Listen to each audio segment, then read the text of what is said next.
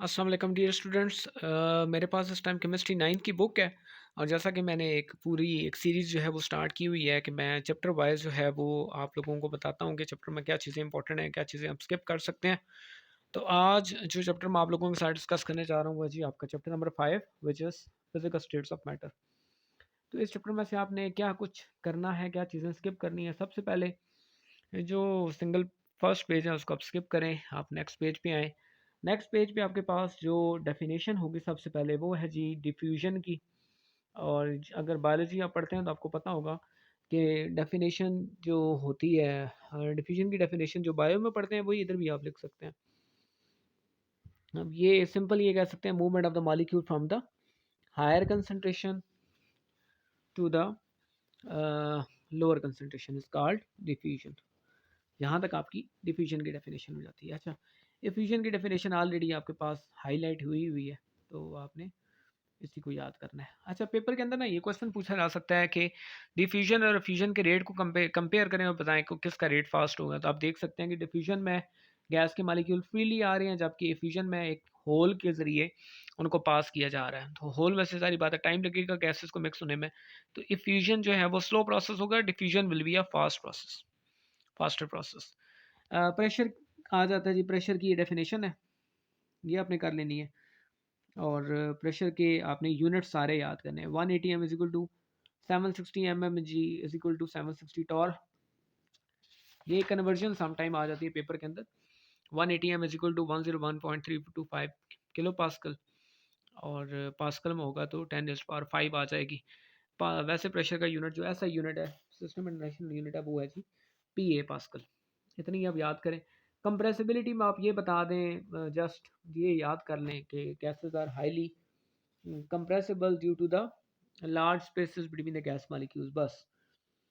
फिर मोबिलिटी में आप जस्ट इतनी सी डेफिनेशन अपनी याद रख लेनी है कि गैस के मॉलिक्यूल्स जो हैं वो सिंगल होल से गुजर सकते हैं, मोबाइल होते हैं, हाईली मोबाइल हैं। डेंसिटी की अगर बात की जाए तो गैसेस की डेंसिटी जो है वो काफ़ी कम होती है, लो डेंसिटी होती है। लेकिन टेम्परेचर कम करने से यानी कूल डाउन करने से गैसेस की डेंसिटी जो है वो बढ़ती है। अच्छा, एनीवेज नेक्स्ट हमारा जो टॉपिक है वो effect on the volume of a gas by change in pressure and volume. जब भी आप प्रेशर अप्लाई करेंगे, प्रेशर बढ़ाएंगे वॉल्यूम कम होगा, टेम्परेचर बढ़ाएंगे वॉल्यूम बढ़ेगा। इतना आप याद रख लें, बाकी इस टॉपिक को इतनी डिटेल में जाने की ज़रूरत कोई नहीं है। अच्छा, देन दो लाज आते हैं जी आपके पास, एक है जी बॉयल्स लॉ और एक है चार्ल्स लॉ। दोनों में से एक जो है वो पेपर के अंदर मस्ट आएगा। अच्छा, इसको याद रखने का मैं आपको सिंपल तरीका कार बताता हूँ कि आपने याद रखना है पी वी एंड टी। ये तीन आपने वर्ड्स हैं वो याद रखने हैं, पी वी एंड टी। जो बॉयल्स लॉ है वो प्रेशर और वॉल्यूम का आपस में इनवर्स रिलेशन है, और इस टाइम टी जो है वो क्या है जी, कांस्टेंट।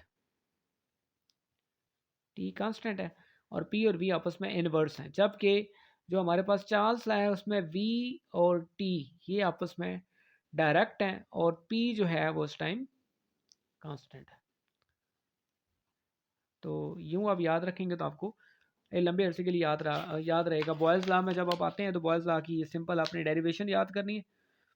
डेरिवेशन के बाद आपने बॉयल्स लॉ की स्टेटमेंट याद करनी है, और बॉयल्स लॉ जो है वो कंप्लीट हो गया। नेक्स्ट पेज पे आप मूव करेंगे, चार्ल्स लॉ आ जाता है। चार्ल्स लॉ की आप ये डेरिवेशन याद करेंगे, ऊपर वाली बेशक याद कर लेंगे, ये वाली ये डेरिवेशन है। और ये जो लॉ है वो स्टेट क्या करता है, ये दिया गया यहाँ पे, दिस लॉ स्टेट्स, यहाँ से लेके ये इसकी डेफिनेशन हो जाती है। बस इतना काफ़ी है, इसको इतनी आप याद रखें। अच्छा, ये मैं आपको बताऊं कि बॉयल्स लॉ और चार्ल्स लॉ के बहुत सारे न्यूमेरिकल्स आपकी एक्सरसाइज के अंदर आएंगे। अब अगर बॉयल्स लॉ का कोई न्यूमेरिकल आता है तो उस पर आपने ये फार्मूला पुट करना है, P1 V1 is equal to P2 V2, ये लगेगा बॉयल्स लॉ पे। जबकि चार्ल्स लॉ पे जो फार्मूला लगेगा वो होगा V1 by T1 is equal to V2 by T2, ये फार्मूला लगेगा चार्ल्स लॉ के न्यूमेरिकल्स में। बस आपने इतने याद रखना है। देन एक डेफिनेशन है जी एवापोरेशन की, ये लिखी हुई है, बोल्ड ऑलरेडी हुई हुई है, इसको इतना ज़्यादा एक्सप्लेन करने की ज़रूरत कोई नहीं है। अच्छा, वेपर प्रेशर की डेफिनेशन आप याद कर लें, ये वाली लिखी हुई है। फिर जनाब ये एक पूरा एक टॉपिक है बॉइलिंग पॉइंट के हवाले से। बॉइलिंग पॉइंट की डेफिनेशन आपने याद करनी है।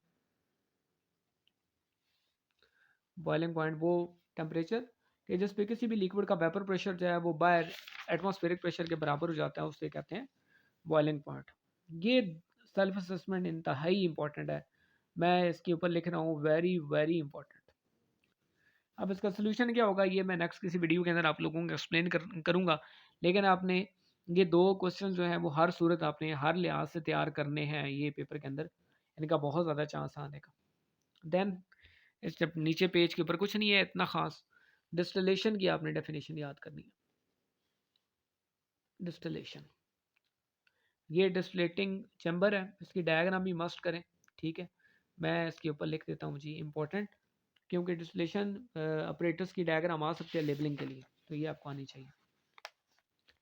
देन दो डेफिनेशन है जी, एक है मेल्टिंग पॉइंट और एक है फ्रीजिंग पॉइंट। ये दो डेफिनेशन इंपॉर्टेंट है। उसके बाद आपने नेक्स्ट पेज पे चले जाना है, कोई ख़ास चीज़ नहीं है। अच्छा, एक डेफिनेशन यहाँ पे लिखी हुई नहीं है, लेकिन मैं आपको डेफिनेशन होगी जी सब्लिमेशन की।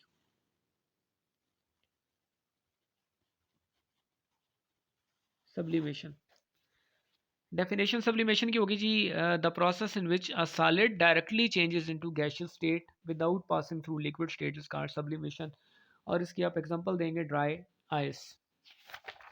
ये डेफिनेशन इंपॉर्टेंट है, मैंने इसके लिए आपको करवा दी है।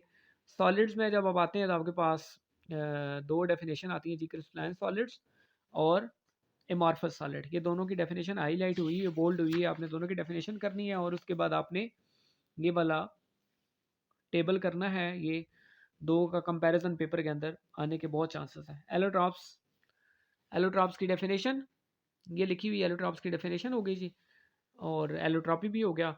देन सल्फर के एलोट्रॉप्स आ सकते हैं जी, कौन कौन से होते हैं, मार्फस, उसके बाद रोम्बिक, मोनोक्लिनिक।